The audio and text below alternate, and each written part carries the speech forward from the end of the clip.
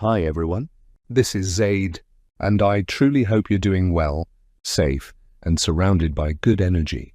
Today, we're diving into a tool that quietly shaped the world, a small invention, but with global consequences.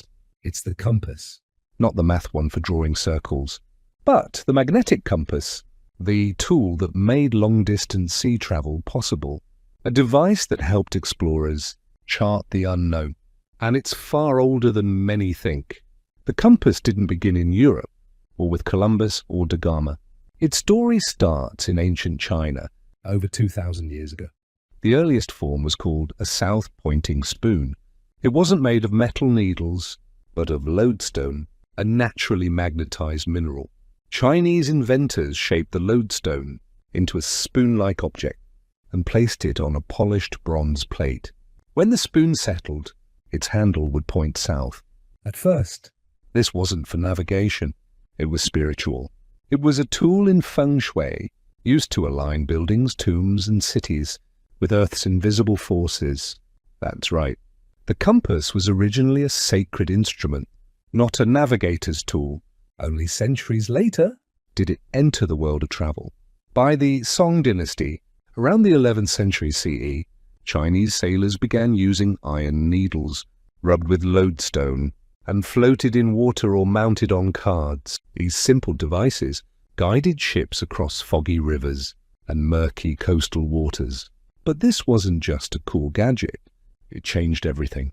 For the first time, humans could move across oceans without relying on stars or coastlines. Trade expanded, cultures interacted, and knowledge traveled farther. Eventually, the compass made its way to the Islamic world through trade routes and translated Chinese texts. From there, it entered Europe during the Crusades and Mediterranean exchanges, but few know just how sacred, ancient, and spiritual its origins truly were. Before we move to our today, I want to say that this channel is user-friendly. No offensive content, no misinformation.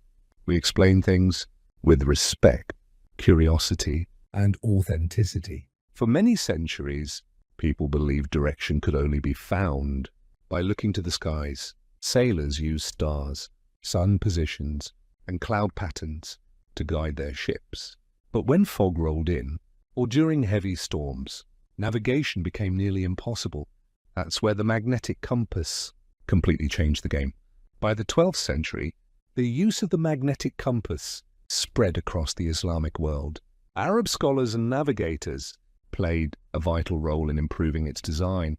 They began to suspend the magnetized needle above a card with marked directions, allowing easier reading. This was an early form of what we now call the dry compass. Arabic records from the 13th century refer to the alcombas used by seamen in the Red Sea and Indian Ocean. And yes, it even had 32 points, similar to today's compass roses. This early spread was no accident. Muslim merchants traded not just goods, but also scientific knowledge, and the compass was seen as both a practical tool and a marvel of natural science. Meanwhile, in medieval Europe, the compass was still unknown. European seafarers mostly used coastal charts and celestial navigation. But around the late 12th or early 13th century, European texts began to mention a strange needle that always pointed north. The compass had finally arrived, possibly through contact with Arab sailors or via returning crusaders. The earliest known European compass was probably invented in Amalfi, Italy, a major port in the Mediterranean. But it wasn't perfect. The original European compass was a simple iron needle floating in a bowl of water. Sometimes it spun too much, and accuracy was weak. Eventually, improvements came through experimentation. By the 14th century, a pivotal development emerged: the pivoted compass needle mounted on a pin. This allowed smoother, faster readings with far more reliability. Soon, mariners all across Europe adopted the compass. It became an essential tool for ocean navigation. With it, sailors could now cross vast distances without relying on visible land or clear skies. The age of exploration was now possible, and behind every ship was a tiny magnetized needle silently guiding the way, unshaken by storm or shadow. The compass didn't just change navigation, it changed the entire world order.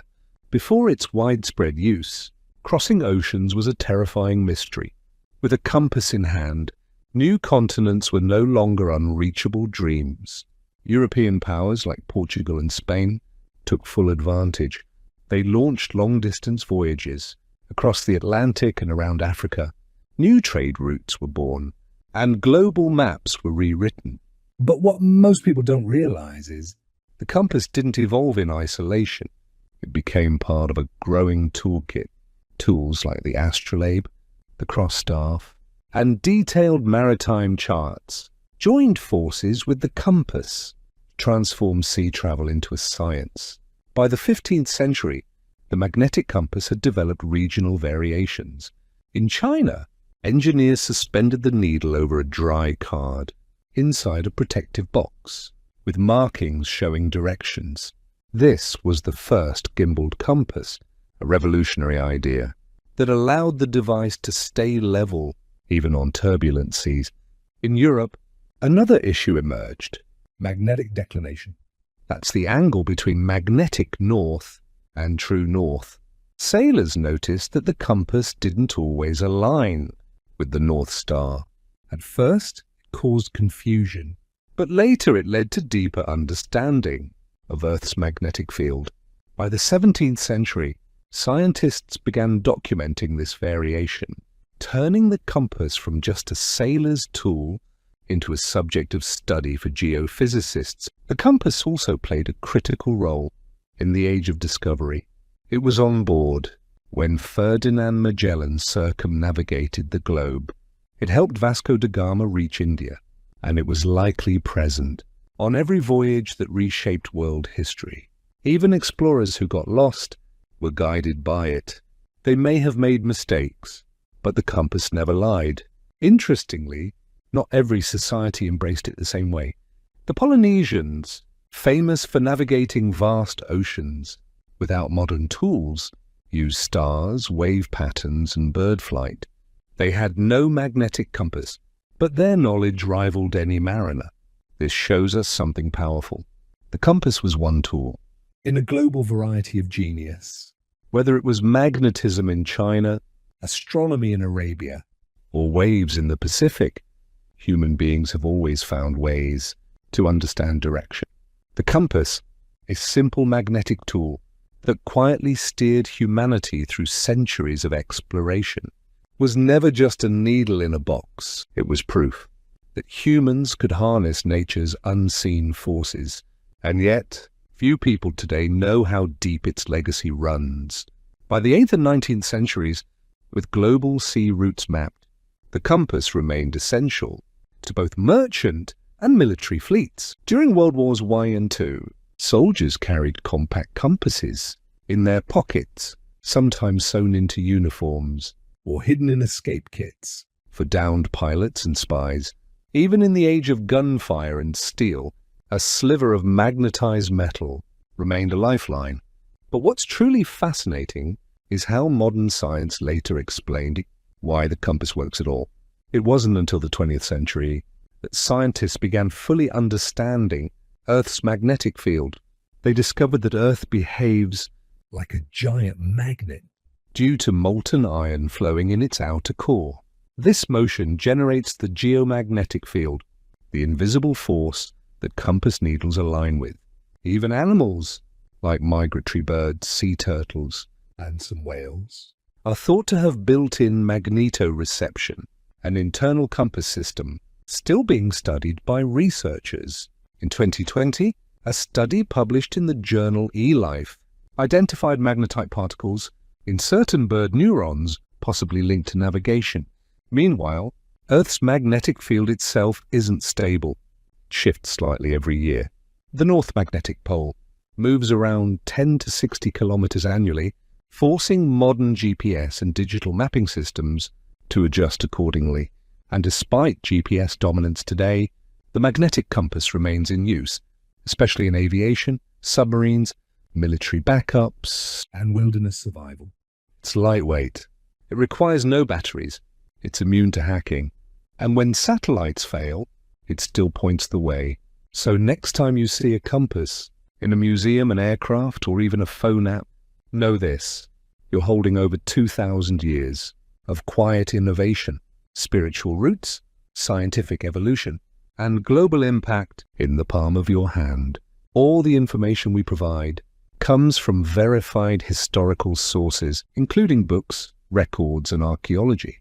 Our sources for this video include Science and Civilization in China by Joseph Needham, Compass, A Story of Exploration and Innovation by Alan Gurney, Archives from the National Maritime Museum, research journals from the Royal Geographical Society, articles published in Nature, eLife, and the History of Technology Journal. Like, share, and subscribe to our YouTube channel, Thrones of Knowledge. And don't forget to press the bell icon to get notified on time. Suggest our next topic in the comment section to help make our journey even better.